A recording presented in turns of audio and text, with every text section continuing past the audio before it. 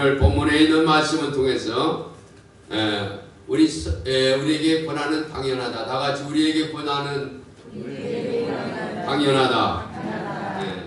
필수다. 다른 말로 좀 필수다. 그렇게 얘기할 수가 있겠죠. 자, 아까도 말씀을 드렸듯이 예수님께서 부활 승천하시기 전에 전주는 고난을 당하신 고난주일이고 이제 40일 동안을 뭐라고 얘기하냐면 사순절이라고 그래요. 40일 동안의 어려움을 겪으셨다.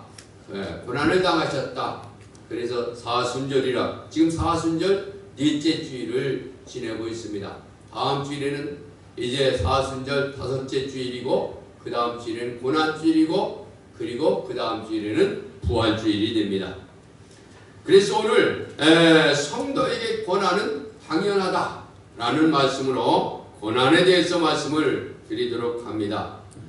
지난 시간에는 지난 주일에는 경고에 대해서 징계에 대해서 말씀을 드렸습니다. 그렇습니다. 물 없는 바다가 어디 있겠습니까? 나무 없는 산이 어디 있겠습니까? 고난 없는 그리스도인은 없습니다. 예수님을 믿으면 그림자처럼 고난은 따라오게 되어 있습니다. 왜 그럴까요? 그 이유를 오늘 찾아보도록 하겠습니다. 그러기 전에 먼저 간증을 말씀을 드리면 어떤 분이 꿈을 꾸었습니다. 천국을 구경하고 있었습니다. 수많은 사람들이 천국에 들어와서 생활하고 있는 모습을 보았습니다. 정말 신비로운 모습들이었습니다. 그래서 어느 한 사람을 붙잡고 물었습니다. 당신은 어떻게 신앙생활하다가 천국에 들어오셨습니까? 그는 말하기를 저는요 지금 천국에 온 지가 한 2000년 동안 이곳에서 있었습니다. 일찍이 온 셈이죠. 저와 사도 바울이 신앙생활할 때 왔습니다. 예수님을 잘 믿고 있었는데 어느 날 네로 왕이 예수 믿는 사람들을 다 붙잡으다가 기둥에 메어놓고 피를 흘려서 죽였습니다. 그런데 저는 피를 덜 흘렸던지 잘 죽지 않아가지고 나중에 불을 태워가지고 죽였습니다. 그때에 물어봤습니다. 너무나도 힘드셨죠? 너무나도 고통스러웠죠? 그랬더니 그가 하는 말이 아니요, 기뻤습니다. 기뻤다는 거예요. 아니, 어떻게 기뻤습니까? 그랬더니 그가 하는 말씀이 나를 위해서 예수님께서 내 죄 때문에 십자가에 못 박혀 죽으셨는데 나도 주님을 위해서 죽을 수 있다고 생각하니 얼마나 기뻤는지 모릅니다. 그렇게 얘기를 하는 거예요. 한참 구경을 하다가 가만히 생각해보니까 너무나 부끄러웠어요. 장신이 부끄러웠어요. 그래서 또 다른 한 사람을 만나가지고 물어봤습니다. 당신은 기한을 어떻게 해서 이 신앙생활을 하다가 천국에 오셨습니까? 저는요 하늘나라에 온 지가 한 200년쯤 됩니다. 200~300년쯤 됩니다. 그런데요 저는요 그 아프리카에서 열심히 복음을 증거하다가 붙잡혀서 요리를 해먹어가지고 일찍 죽은 선교사입니다. 그러니까 그분이 물어봤어요. 아이고 끔찍했겠네요. 그랬더니 선교사가 말하기를 끔찍하긴 뭐 끔찍합니까? 나를 위해 돌아가신 주님을 생각하면 그때 기뻤지요. 이 선교사도 기뻤다는 겁니다. 그런 말을 듣고 생각할 때에 너무나도 부끄러웠습니다. 왜냐하면 당신은 주님을 위해서 한 일이 없었기 때문이었습니다. 그래서 부끄러움을 느끼면서 식은땀을 흘리면서 깨어보니까 꿈이었다는 거죠. 그렇습니다. 이 꿈을 통해서 당신의 신앙을 점검하게 되었다는 겁니다. 나는 주님을 위해서 헌금을 드리는데 인색하였고 좋은 옷을 사는데 아낌없이 돈을 쓰지는 않았는가? 나는 놀러 다니는데 많은 시간을 사용하면서 예배를 드리는 시간은 얼마나 인색했는가? 나는 건강을 위해서 좋은 것이라고 하는 것은 다 먹으면서 영적 건강을 위해서는 기도하지 못하고 말씀을 읽지 못한 것을 부끄럽게 생각했다는 거죠. 그래서 눈물을 흘리면서 당신의 신앙을 다시 조종하는 그런 또한 돌아보는 그런 기회가 되었답니다. 오늘 본문에 나오는 베드로는 예수님을 위해서 모든 것을 헌신했습니다. 특별히 재산을 헌신했죠. 이 베드로는 갈릴리 호수에서 고기를 잡아 생계를 이어가는 어부였습니다. 어느 날 한 마리도 고기를 잡지 못했습니다. 그때 예수님께서 오셔서 깊은 데 그물을 던지라고 하심으로 깊은 데 그물을 던졌더니 말할 수 없을 정도로 배에 가득 고기를 잡게 되었습니다. 그때 예수님이 어떤 분이신가를 깨닫게 된 거죠. 그래서 그는 배와 그물을 집어던지고 주님을 따랐습니다. 그때에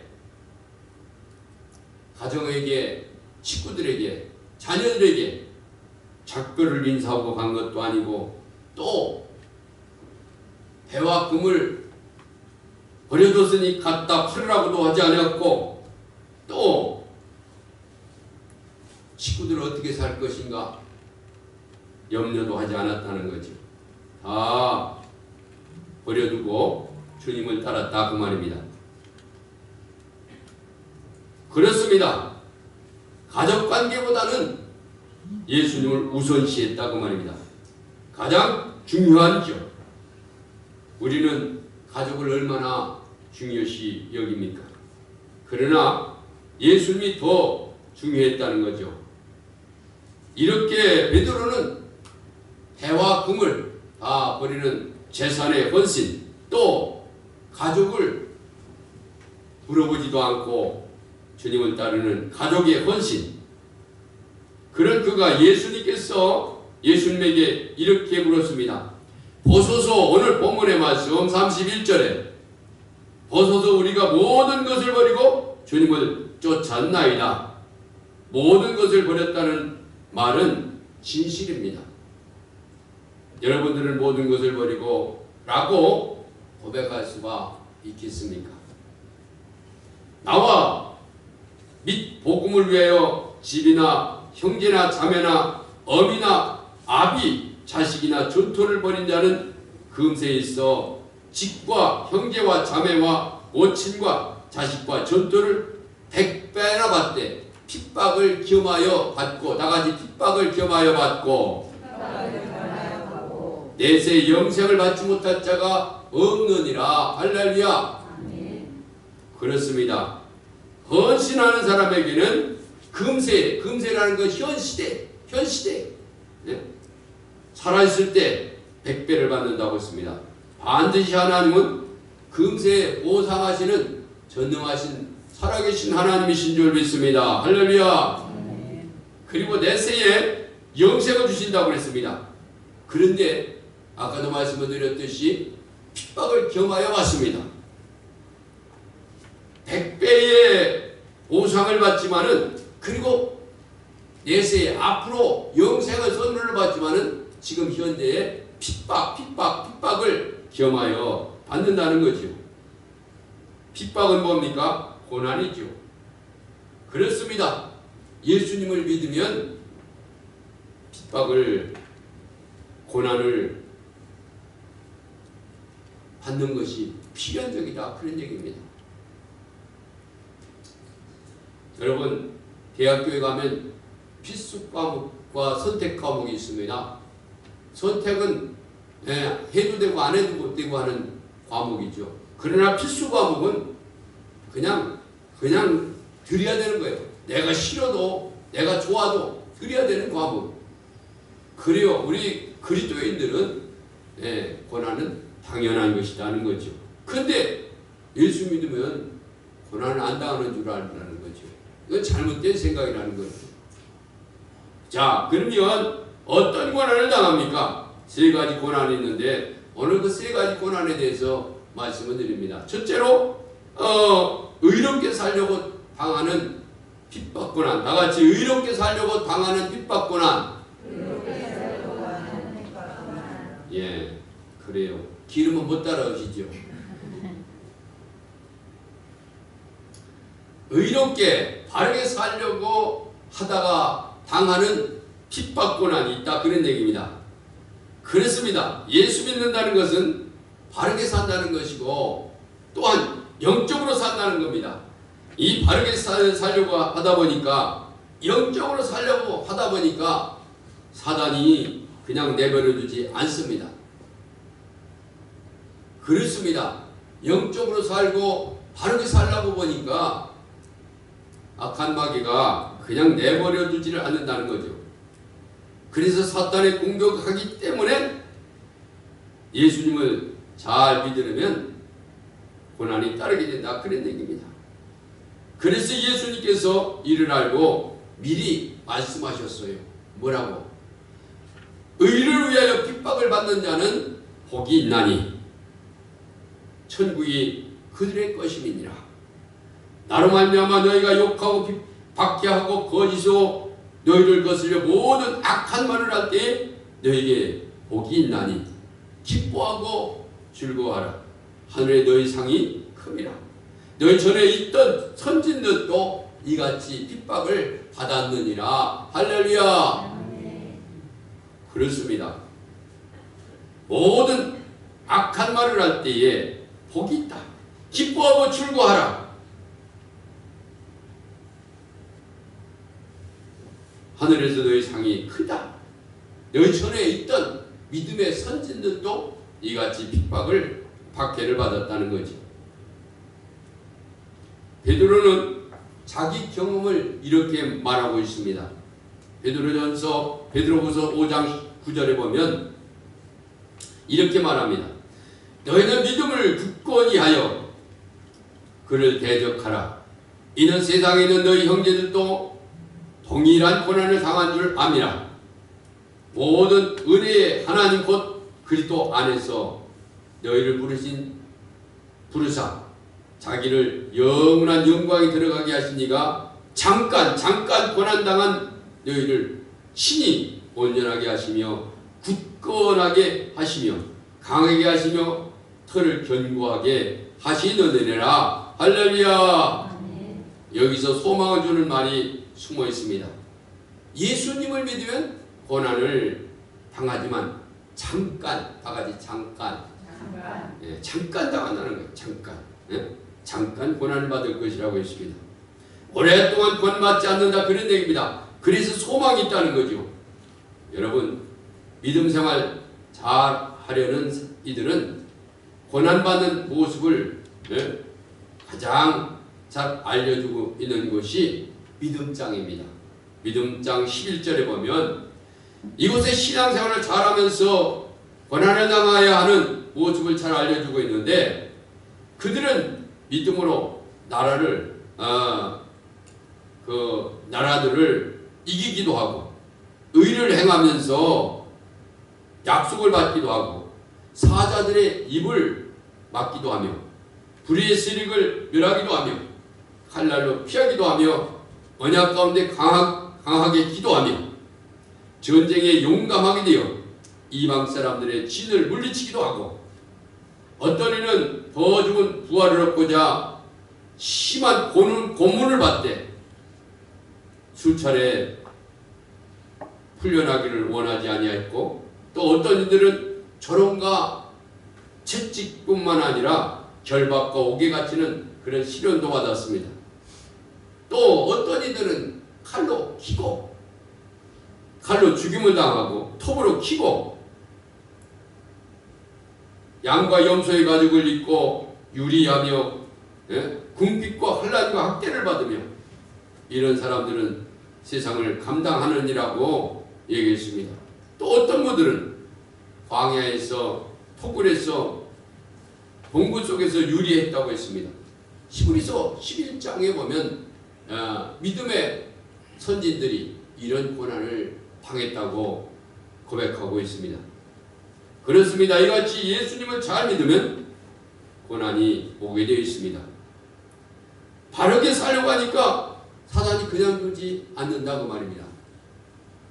항상 말씀을 드리지만 악한 마귀와 성령은 함께 동시에 기차의 두 내로처럼 진행되어 나가고 있는 거죠. 그래서 예수님을 잘 믿는 사람을 시기 질투해서 사단이 그만두지를 않습니다. 청부 살인업자들이 모여서 사람 죽일 일을 의논했습니다. 그런데 그 중에 한 사람이 아유 나는 도저히 할 수가 없어. 그러면서 뛰쳐나가자 그 청부 살인업자들 그 모임들이 뛰쳐나간 사람을 먼저 죽이더라는 거죠. 나는 할 수 없다는 사람을 먼저 죽이더라는 거죠. 왜? 자기들이 죄가 털어날까 봐. 여러분 그렇습니다. 바르게 살려면 고난이 따릅니다. 핍박을 겸하여 받는다는 거죠. 두 여자 선교사님께서 헌신적으로 이제 아프리카에 가서 한 마을 13,000명의 주민들을 다 1,300명의 주민들을 다 예수 영접하게 했습니다. 그런데 그 예수 믿는 사람들을 이교도들이 그냥 놔둘 리가 없지요. 박해하기 시작하는데 막 사막 가운데 데려다가 굶어 죽이고 또한 감옥에 가두고 말할 수 없는 많은 박해를 하는 거예요. 그래서 이 1,300명의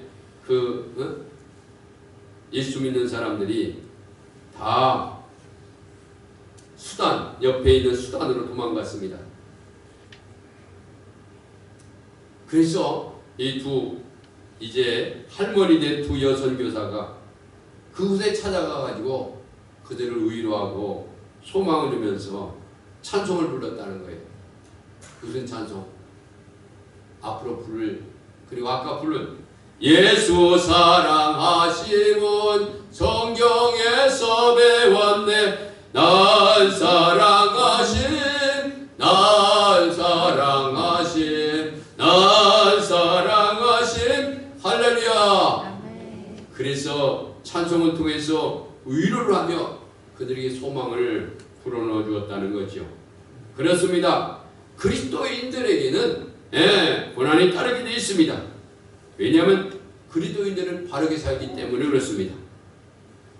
영적으로 살기 때문에 그렇습니다.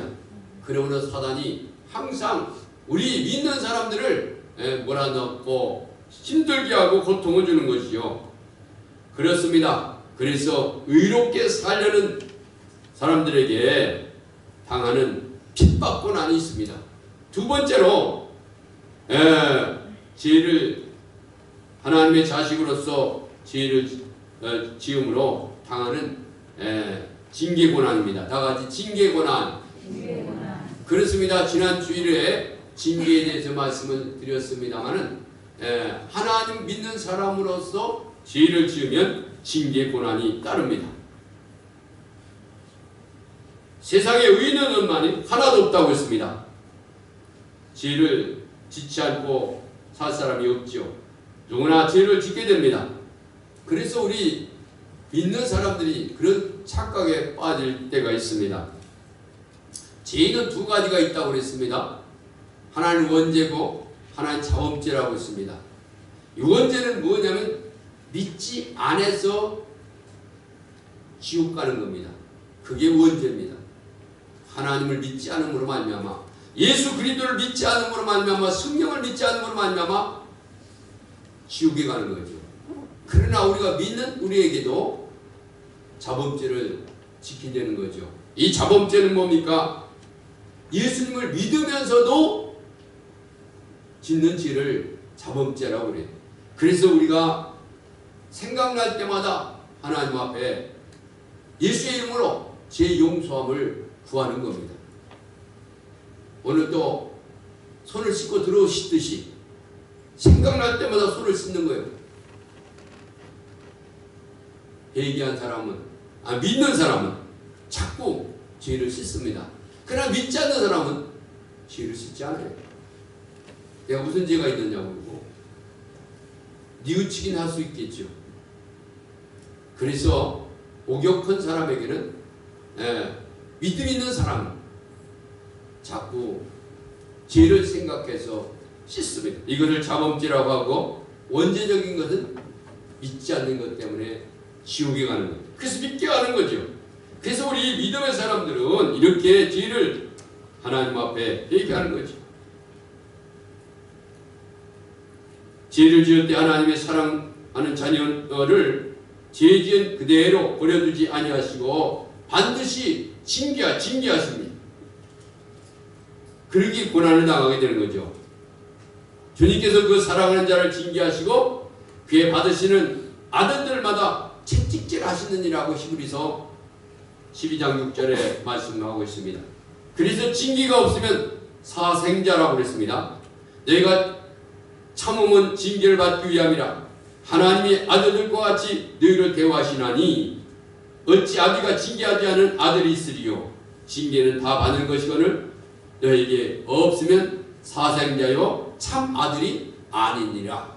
남의 아들 갖다 때리는 사람이 어디 있겠어요? 남의 딸을 때리는 사람이 어디 있겠어요? 아들이기 때문에, 자녀이기 때문에 때리는 거예요. 여러분, 아들이 자꾸만 삐뚤어가는 것을 아버지가 보았습니다. 아버지가 경고를 해도 자꾸 삐뚤어가는 거예요. 참다 못해서 아들을 화장실로 데려가가지고 사정없이 때렸습니다. 지금 때리면 안 돼. 큰일 나요.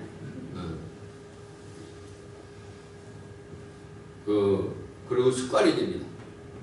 옛날에는 애를 많이 다스렸어요. 근데 지금은 큰일 나요. 그렇다고 또 때리면 이웃집에서 신고합니다. 그러면 잡혀가요. 어쨌거나 그게 중요한 것은 아니고 자녀를 사정없이 때린 거예요. 그런데 소리 없이 맞고 난 아들이 아버지를 끼안고 뭐라고 하는지 아십니까? 아버지 사랑합니다. 그런 거예요. 눈물을 흘리면서.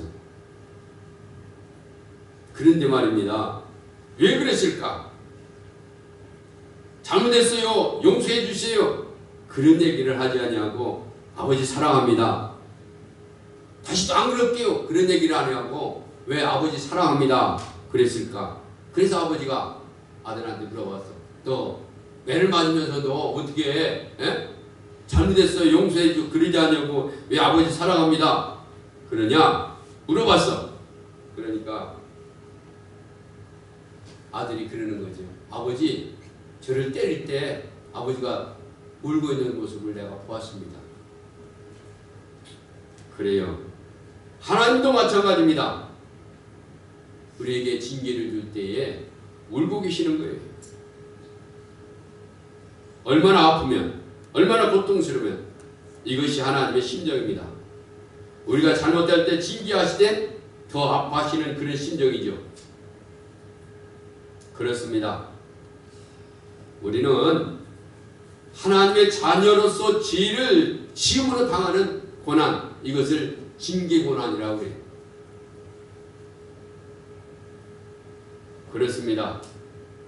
징계를 통해 더욱 유익하게 되는 거죠. 행위는 때리면 때릴수록 더 잘 돕니다. 유익이 된다고 그랬습니다. 그리스도인에게 고난은 불가피한 거죠. 하나님이 사랑하시기에 하나님은 조금만 잘못했더라도 징계하시기에 고난은 필수적이라는 거죠. 고난은 자연적이라는 거죠. 당연한 것이라는 거죠. 그렇습니다. 그래서 하나님의 자녀이기 때문에 죄를 지으면 당하는 징계 고난이 있습니다. 그 다음에 세 번째 고난이 있는데 훈련적 고난이요. 다 같이 훈련적 고난. 이건 거룩한 고난이라고 얘기할 수가 있습니다. 예수님을 잘 믿고 바르게 살려고 하는데 사단이 고난을 줍니다. 바르게 살아가려고 하다가 때로는 곁길로 갈 때가 종종 있습니다. 잘못할 때는 하나님이 징계를 주시는 고난이 있습니다. 그러나 죄를 짓지 않았는데도 불구하고 하나님 주시는 고난이 있습니다. 거룩하게 하려는 하나님의 훈련적 고난이다, 그런 얘기입니다. 히브리서 기자는 이렇게 말하고 있습니다. 모든 사람으로 더불어 화평하고 거룩함을 따르라. 화평하고 거룩함을 따르라. 이것이 없이는 아무도 주를 보지 못하리라. 히브리서 12장 14절에 오직 너희가 부르신 거룩한 이처럼 너희도 모든 행실에 거룩한 자가 되라. 기록하였으되 내가 거룩하니 너희도 거룩할지어다 하셨느니라. 할렐루야. 거룩이 뭡니까? 거룩 아까 찬송을 불렀잖아요. 거룩이라는 말은 하기오스라고 헬라의 하기오스라고 되어 있습니다. 이 말은 언어적으로 거룩이라는 말은 준수하다, 다같이 순수하다, 헌신되다, 구별되다. 그렇습니다. 뭐 여러가지 얘기할 수가 있습니다만 이 거룩은 구별이다, 그런 뜻입니다. 그래서 이런 헌신하다, 순수하다, 그런 의미가 들어있는데 한마디로 말하면 거룩하다는 말은 구별되다는 뜻입니다. 그래서 분리되었다는 뜻입니다. 분리. 하나님을 향하여 분리라는 그런 의미를 가지고 있는데 하나님은 이스라엘 백성들이 이렇게 말했습니다. 너희는 내가 거룩할지어다. 이는 여호와가 거룩하고 내가 또 너희로 나의 소유를 삼고 너희를 만든 중에 구별하였음이니라. 할렐루야. 구별된 것을 거룩이라고 합니다. 그러면 여러분 대답해 보시기 바랍니다. 구별된 땅을 뭐라고 그러죠? 성지라고 합니다. 그러면 구별된 쌀을 뭐라고 그러죠? 성자만 붙이면 되는 거예요. 성미. 그러면 구별된 사람을 뭐라고 그래요? 성도, 성인. 성인, 성도. 또 구별된 그 책을 뭐라고 그래요?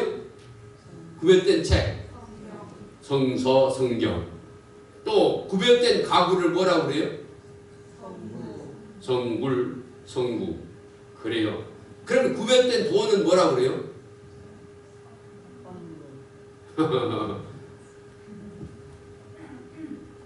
성금. 다같이 성금. 그래요. 그래서 거룩은 구별입니다. 다 똑같은 건물이지만은 구별했다고 해서 성전이라고 그래요. 다 똑같은 사람이지만 하나님께서 구별했다고 해서 성도라고 그래요. 거룩한 무리들. 그래 똑같은 것이지만은 내 안에 예수 그리스도가 들어갔기 때문에 보이진 않지만은 성도입니다. 할렐루야. 잘 알다시피 달걀이라고 다 달걀이냐? 달걀 나와야 달걀인 거예요. 겉으로 보면 똑같은 달걀이지만 그 안에 생명이 있어야 진짜 달걀인 겁니다. 보기에는 똑같은 달걀이지만은 20하루 어미닭이 품고 품으면 뭐가 나와요? 생명이 나오는 것은 정말 달걀이고, 생명이 없는 것은, 생명으로 태어나지 않는 것은, 그런 것은 값어치가 없는 거예요. 그래요. 똑같은 건물이지만은 구별했다는 거죠. 똑같은 사람이지만 내 속에 생명 되신 예수가 나의 주인으로 모시고 있다는 거죠. 할렐루야. 그래서 성도라는 거예요. 여러분, 믿음의 사람들은 구별되어야 될 줄 믿습니다. 그래서 청교도들의 생활 철학을 가장 중요한 것이 뭐냐면 거룩입니다. 그래서 수도사들은요 항상 거룩하게 살았어요. 구별되게 살았어요. 그래서 우리 감리교 웨슬리도 얼마나 구별되게 살았는지 모릅니다. 우리의 믿음의 선진들은 다 구별되게 살아요.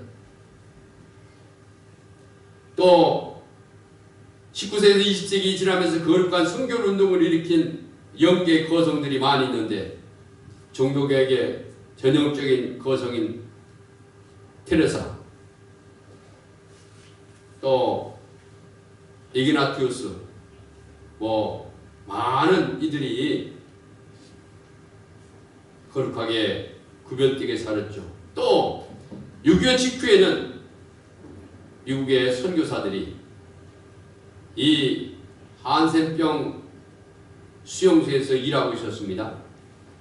이들은 한센병자가 흘리는 피와 고름을 닦아내면서 치료하고 있었습니다. 아무나 할 수 있는 것이 아닙니다. 그래서 미국에 파견된 사진 작가들이 이 사진을 찍으면서 이 사진은 100만 원짜리입니다. 100만 원짜리. 100만 불을 주어도 이런 사진을 찍을 수가 없습니다. 그러면서 참 위대한 일을 하고 있다고 이 고름을 닦아주던 선교사가 말했습니다. 나도 못합니다, 사실은. 그런데 당신은 하고 있지 않습니까? 선교사가 말했습니다. 주님의 십자가의 사랑을 나를 강권하고 있기 때문에 그렇습니다. 하나님 우리를 거룩하게 만드시려고 고난을 주셔서 훈련시키십니다. 그래서 그리스도인들은 고난을 따르게 됩니다. 그리고 보면 고난은 은혜요. 다 같이 고난은 은혜다. 고난은 은혜다. 여러분, 보석 중에 제일 비싼 보석이 무슨 보석인지 아십니까? 잘 모르시는가 봐. 다른 보석들은요 다 산이나 땅이나 돌 속에서 캔 보석들이지만은 아주 귀한 진주는 이런 땅에서 또한 돌에서 산에서 캔 것이 아닙니다. 진주는요 생명 속에서 나온 겁니다. 여러분 알다시피 조개가 있잖아요. 조개 속에 조그만 그런 모래알이 들어가면요 그것이 아프니까 그것을 자꾸 이 것이라고 하는 자기의 진액을 거기다 묻히는 거예요. 그래서 그 진액이 자꾸만 커지는 거예요. 커져가지고 그게 뭐가 돼요? 진주가 되는 거예요. 아픔을 느끼고 싶어서 발버둥치는 그런 병이 뭐냐면 한센병입니다. 아픔을 모르는 것이 한센병이요. 코가 찢어져 나가도록, 손이 손가락이 부러져 나가도록 고통을 못 느낍니다. 난로가에 앉아서 자기 발이 타오르는 것도 모르고, 야 어디서 고기 굽는 냄새가 나네. 그러기에 한센병자들은 고양이를 기릅니다. 그래서 미국에 가면 한센병자에 사는 섬이 있는데 카라우파파트라는 섬입니다. 근데 그곳에는 아주 고양이 떼들이 굉장히 많습니다. 왜냐하면 한센병자들이 고양이를 키우다가 내다버렸기 때문에 고양이 떼들이 얼마나 많은지 모릅니다. 왜냐하면 이 잘 때에 지들이 와가지고 이 한센병자들의 살을 갉아먹는 거예요. 그러니까 항상 그 지들을, 왜냐하면 감각을 모르니까 예? 지가 뜯어먹는지 어쩌는지 모르는 거죠. 그래서 고양이를 키우고 있으면 고양이 때문에 지들이 오질 못하는 거죠. 여러분, 마취제가 필요 없는 병이 한센병입니다. 고통을 느끼고 싶어도 느낄 수 없는 병이 한센병입니다. 물론 요즘은 한센병이 불치병이 아닙니다. 고난은 은혜입니다. 예수 믿으면 큰 복이 있습니다. 100배의 복이 있는 줄 믿습니다. 할렐루야. 죽으면 분명히 영생이 보장되어 있는 줄 믿습니다. 그러나 고난이 있다는 사실을 우리가 알아야 됩니다.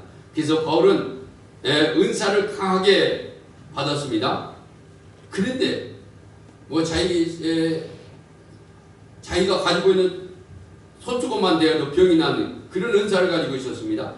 그런데 자기의 질병을 자기가 고칠 수가 없었습니다. 그래서 평생 그 질병을 가지고 살았습니다. 고난을 당했습니다. 종교개혁을 이룬 마틴 루터도 별명이 종합병원입니다. 평생 고난이 그림자처럼 따라다녔다는 거죠. 어느 목사님은 병이 너무 심해가지고 이렇게 기도했다고 합니다. 하나님, 단 5분만이라도 아픔이 없도록 편안케 해주십시오. 얼마나 아프면 그랬겠을까요? 고난의 근원은 사탄일 수도 있지만은 하나님이 주시는 고난도 있다는 사실을 우리가 알아야 됩니다. 고난을 모르면 영적 한센병자입니다. 고난은 은혜입니다. 고난 없는 부활은 있을 수가 없습니다. 비 없는 무지개가 없습니다. 사탄이 주든지 아니면 하나님이 주시든지 고난은 은혜인 줄 믿습니다. 할렐루야. 우리에게 오는 아픔과 고난을 주를 위해 달게 받으면 주님께서 우리에게 약속한 대로 내세의 100배의 복과 영생의 복이 보장되어 있는 줄 믿습니다. 이제 우리에게 고난 주신 우리 예수 그리스도의 무한하신 사랑으로 세상을 이기는 여러분들이 되시기를 주님의 이름으로 축원합니다. 기도하겠습니다.